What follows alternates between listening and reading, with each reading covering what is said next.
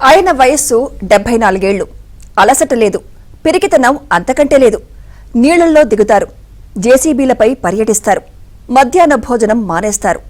రైలు వస్తుంటే పక్కనే నిలబడి ముందు పని కావాలని పట్టుబడతారు. అధికార యంత్రాంగాన్ని, ప్రజాప్రతినిధులను పరుగులు పెట్టిస్తారు. ఆయనే సీఎం చంద్రబాబు. వరద బాధితులను ఆదుకునేందుకు బెజవాడ కలెక్టర్ కార్యాలయాన్ని క్యాంపు కార్యాలయంగా మార్చుకుని 4 రోజులుగా పనిచేస్తున్నారు.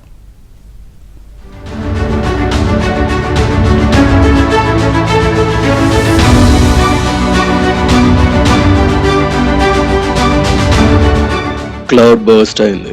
బెజవాడను బుడమేరు ముంచెత్తింది.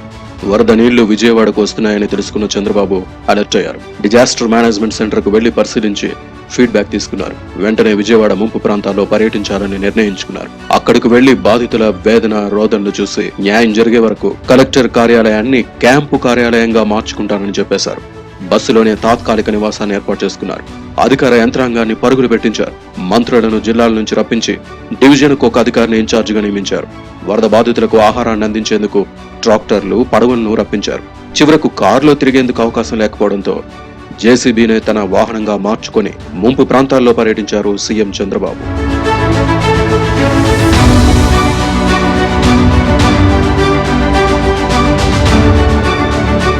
నాలుగు గంటలకు పైగా మోకాల వరకు ఉన్న నీటిలో నడిచి ఇళ్లలోకి, గుడిసెల్లోకి వెళ్లి వారి మొర ఆలకించారు. బుడమేరు ముంచెత్తిన వైనాన్ని స్వయంగా వీక్షించారు. ఆరోగ్యాన్ని, వయసును లెక్క చేయకుండా ఆయన పర్యటించడం ప్రారంభించారు. వైసీపీ నేతలు ఫేక్ ఫెలోస్, చంద్రబాబు ఇల్లు మునిగిందని, అందువల్లే ఆయన బస్సులో ఉంటున్నారని చేసిన విమర్శలను సైతం ఆయన తిప్పుకొట్టారు. చంద్రబాబు బస్సులో నివాసం ఏర్పాటు చేసుకునే నాటికి కృష్ణా నదికి వరద 5 లక్షల క్యూసెక్లకు మించలేదు. ఆయన ఇంటి లోపలకు కూడా వరద రాలేదు. అయినా సరే వరద బాధితుల కోసం ఆయన మకాం వేశారు.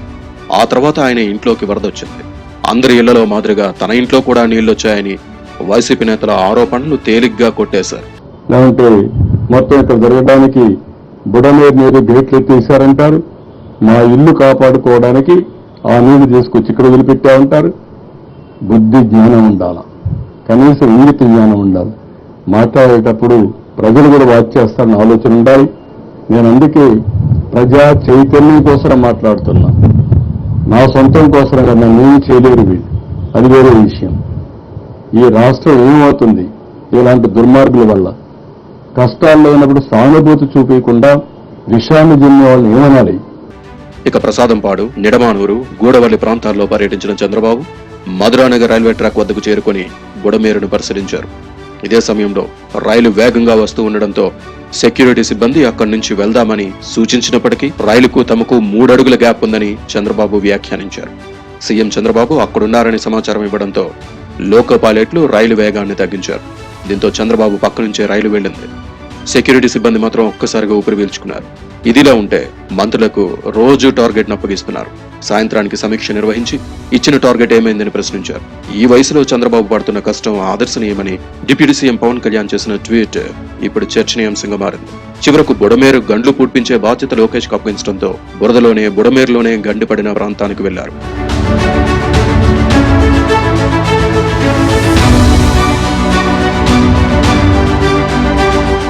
వరద ప్రభావిత ప్రాంతాల్లో సాధారణ జీవనం వచ్చే వరకు అండగా ఉండాలని చంద్రబాబు నిర్ణయించుకున్నారు. వరద కారణంగా ఇంటిలో చేరిన ఒండ్రు మట్టిని బయటకు పంపేందుకు వినూత్నంగా ఫైర్ ఇంజిన్లతో ఇళ్లను క్లీన్ చేయించడం ప్రారంభించారు. ఆంధ్రప్రదేశ్ వ్యాప్తంగా ఉన్న పారిశుధ్య సిబ్బందిని విజయవాడకు రప్పించి 300 బృందాలుగా ఏర్పాటు చేశారు. వారితో బురద క్లీనింగ్ చేయిస్తున్నారు.